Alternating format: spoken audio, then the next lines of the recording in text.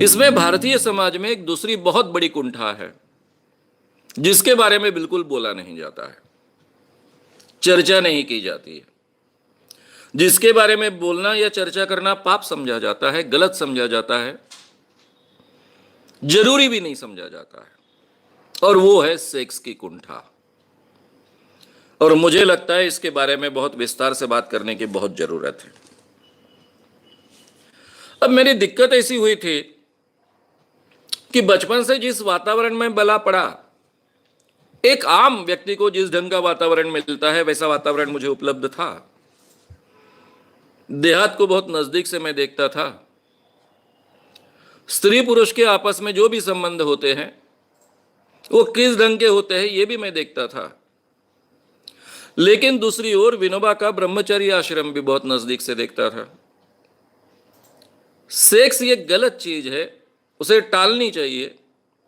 अगर किसी व्यक्ति को अपना आध्यात्मिक विकास करना है, आध्यात्मिक क्षेत्र में प्रगति करनी है, तो सेक्स से उसने दूर रहना चाहिए। सेक्स बहुत बुरा होता है, यह भी जाने अनजाने में संस्कार मुझ पर हुआ था।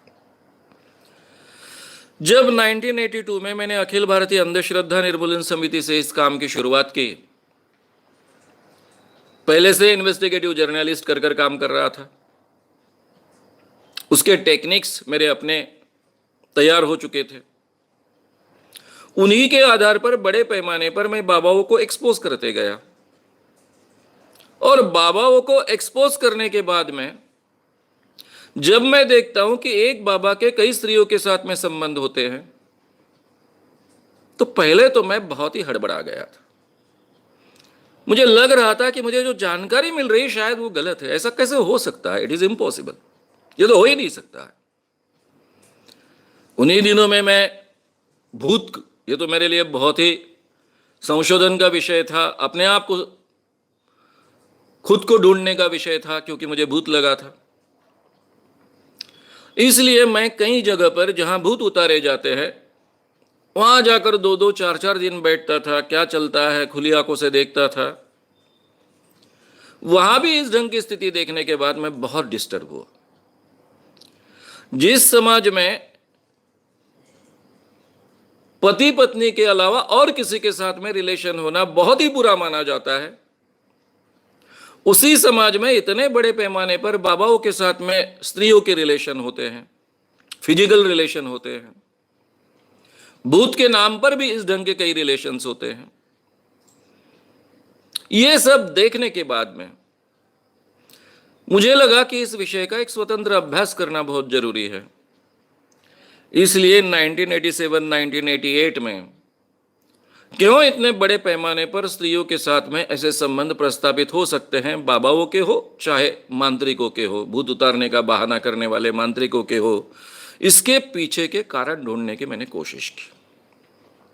और उसी में से बुआबाजी बड़ी स्त्रियांसा नामक एक पुस्तक मैंने लिख डाली। उस समय मुझे सेक्स का बहुत ही बारीकी से अध्ययन करना पड़ा। हालांकि मैं हिप्नोथेरेपी इस विषय का अभ्यास कर रहा था, और हिप्नोथेरेपी इस विषय में सेक्सुअल थेरेपीज के लिए वो बहुत इफेक्टिव होती है, इसलिए इस विषय का भी अभ्यास मेरा शुरू था। इसलिए काफ़ी सवालों के जवाब मैं ढूंढ पाया, और मुझे लगता है कि ये जानकारी आप तक पहुंचानी बहुत आवश्यक है। हमारे भारतीय समाज में मानसिक कुंठा जितनी है उतनी ही सेक्स की कुंठा बड़े पैमाने पर है। स्त्रियों में वो बहुत ज्यादा बड़े पैमाने पर होती है। शायद पुरुषों को घर में अगर समाधान नहीं मिलता है, सेक्सुअल सेटिस्फैक्शन नहीं मिलता है, तो वो कभी बाहर जाता है, एक्स्ट्रा मैरिटल रिलेशन पैदा करता है, या फिर कभी वेश्या की तरफ जाता है।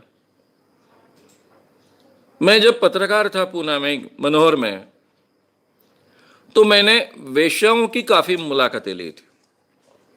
इतना ही नहीं तो पुना में डॉक्टर बाबा आढ़ाव, ये बहुत बड़े सामाजिक कार्यकर्ता है, हम सबको पता है, मेरे मार्गदर्शक रहे हैं।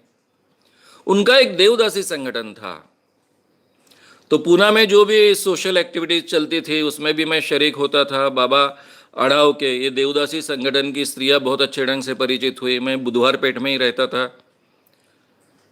चारुदत्त सरपोतदार, इनका पुनः गेस्ट हाउस था, उसमें रहता था। वो बुधवारपेट को लग के हैं। इनका जीवन बहुत नजदीक से देखने के मुझे अवसर मिला और मैंने पेपर के लिए कुछ आर्टिकल जो लिखे, खास कर मेरे मैगजीन के लिए जो आर्टिकल्स लिखे, वीकली के लिए मनोहर, उसके लिए भी ये वेश्या व्यवसाय करने वाली खास कर देवदासी स्त्रियां जो है उनके साथ में बहुत विस्तार से चर्चा हुई। तब तक शायद हर इंसान की जो समझ होती है कि भाई वेश्या की तरफ कौन जाता है, वो आदमी जाता है कि जिसे कोई स्त्री उपलब्ध नहीं है, यानी अविवाहित लोग जाते हैं, या फिर जिनका विवाह हुआ है लेकिन वो अकेले यहां है इस शहर में, वो जाते हैं। लेकिन उन स्त्रियों की मुलाकातें लेते हुए मुझे पता चला कि इनमें सबसे ज्यादा प्रमाण विवाहित पुरुषों का होता है। जिनकी स्त्रियां घर में होती है, ऐसे पुरुष ज्यादा पैमाने पर वेश्याओं के पास जाते हैं। तो शायद जो पुरुषों की सेक्स की कुंठा अगर है उनमें, तो उनके लिए दूसरा पर्याय उपलब्ध है कि वो वेश्यागृह जा सकते हैं। ये अच्छा है बुरा है इसके बारे में भी बात नहीं कर रहा हूं मैं, लेकिन स्त्रियों की अगर है तो उसके बारे में क्या। एक तो सबसे पहले स्त्री को सेक्स की जरूरत है, इसी बारे में हमको पता नहीं है, भारतीय पुरुष को पता नहीं है। आम धारणा यह है कि स्त्री को सेक्स की जरूरत ही नहीं होती है।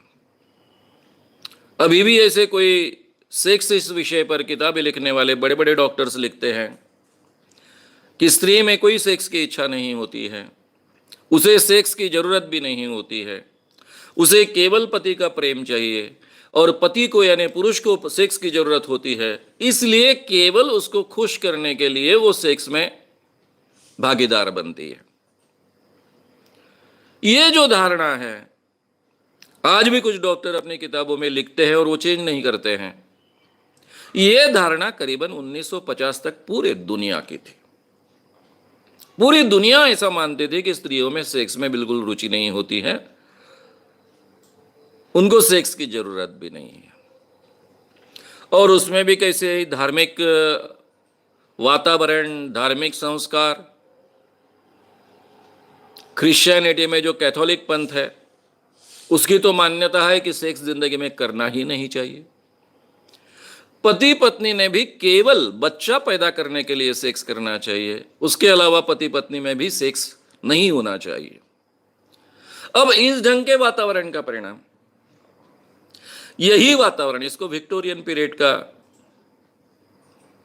वातावरण कहेंगे हम, यही वातावरण लेकर हमारे यहां एजुकेशनल सिस्टम पनपी भारत में, और एजुकेटेड लोगों के जरिए पूरे भारत में यह वातावरण फैल गया कि सेक्स एक बुरी चीज होती है, स्त्रियों को तो सेक्स की जरूरत ही नहीं होती है, उनकी मानसिकता ही अलग है, केवल वो पति को खुश करने के लिए सेक्स के लिए तैयार होती है या फिर भागीदार बनती है। तो आम भारतीय इंसान को ऐसा लगता है कि केवल उसका समाधान होना, पुरुष को उसका समाधान होना यानी सक्सेसफुल सेक्स है, ऐसा उसे लगता है। 1950 के बाद स्त्रियां बोलने लगी। मास्टर्स एंड जॉनसन्स, ये जो सेक्स के क्षेत्र में बड़े संशोधन करने वाला एक जोड़ा है, इसमें एक स्त्री है, उसने बोल्डली बताना शुरू किया कि नहीं, स्त्रियों को भी सेक्स की जरूरत होती है, उनको भी तृप्ति होती है, उनकी भी तृप्ति होना, लैंगिक तृप्ति होना बहुत आवश्यक है।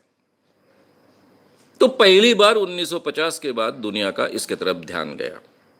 अब वो बात तो आम जनता में अभी तक आई नहीं है भारत में। तो आम भारत के व्यक्ति को, पुरुष को ऐसा लगता है कि उसका समाधान होना, उसकी तृप्ति होना, उसका ऑर्गेज्म होना काफी है। और पुरुष का ऑर्गेज्म बहुत आसान है, जब उसे इजैकुलेशन होता है तो जनरली उसका ऑर्गेज्म हो जाता है, उसे पता चलता है कि मेरा समाधान हो गया है, और वो मानता है कि ये बहुत बहुत ही सक्सेसफुल सेक्स है, इससे सबको संतुष्टि मिलती है, मेरे पत्नी को भी संतुष्टि मिलती है। और यहीं पर सबसे बड़ी अड़चन है,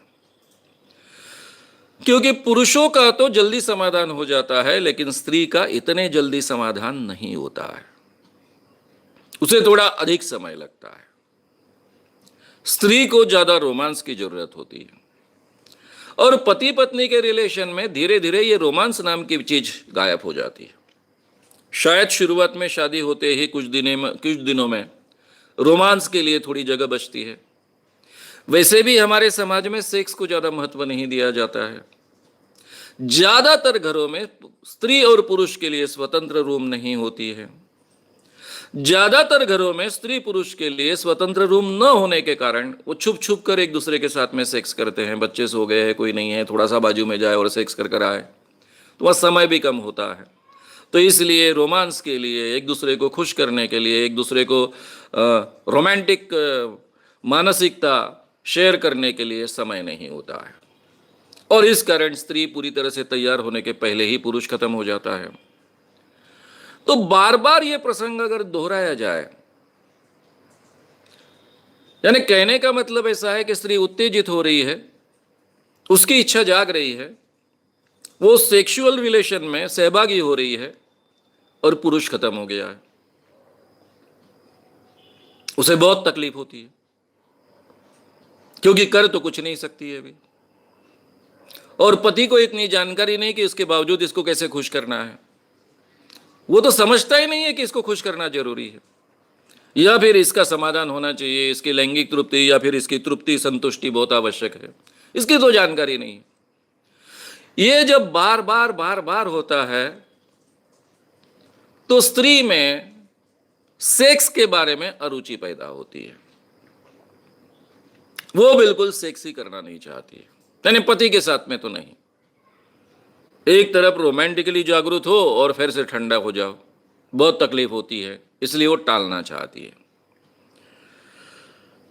एक तरफ ये सिचुएशन है कि जिसके कारण पति और पत्नी के रिलेशन के कारण ही पत्नी सेक्स से दूर भाग रही है। अब फिर भी घर घर में पति तो उसको चाहिए, तब उसको सेक्स चाहिए, पत्नी की सम्मति हो ना सम्मति हो, उल्टा ये मान्यता है कि पति का वो अधिकार है। तो इसलिए कई पुरुष अपने पत्नी की इच्छा है नहीं है इसका विचार न करते हुए उनके साथ में सेक्स करना चाहते हैं। धीरे धीरे स्त्री ये सीखती है कि चलो जाने दो, इसको सेक्स चाहिए, दे दो। वो अपने आप को कुछ महसूस ही नहीं करने देती, यानी रोमांटिकली जागरूक न होने की कोशिश करती है। इससे फिर से उसकी ये लैंगिक इच्छा कम होने की जो बीमारी है वो बढ़ते जाती है। इसको बीमारी कहा जाता है, ये बढ़ते जाती है। फिर इसमें धार्मिक संस्कार है, सेक्स बुरा है, इस ढंग का संस्कार है, ये भी मेजर रोल प्ले करते हैं। बाबाओं के व्याख्यान सुनने को वो जाती है, कीर्तनकारों के व्याख्यान सुनने को वो जाती है, कीर्तन सुनती है, उसमें भी सेक्स बुरी चीज़ है, ये बार बार कहा जाता है। इसका भी एक मानसिक परिणाम होता है। स्त्रियां आपस में जो बात करती है उसमें भी इसी ढंग की बातें होती हैं। तो नेचुरली ये सेक्स के बारे में रोमांटिक विचार या फिर रोमांटिक भावनाएं जागृत होना कोई बहुत अच्छी बात नहीं है।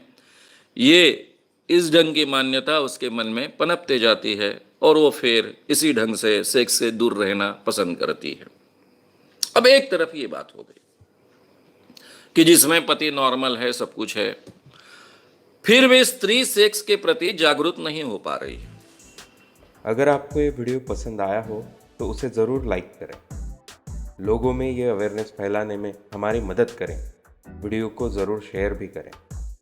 तो हमारे YouTube चैनल शाम मानव को विज़िट करें। ऐसे सारे वीडियोस का आनंद लेने के लिए हमारे चैनल को सब्सक्राइब करें। उसके लिए सब्सक्राइब बटन दबाएं। नए वीडियोस का नोटिफिकेशन पाने के लिए बेल आइकन दबाएं।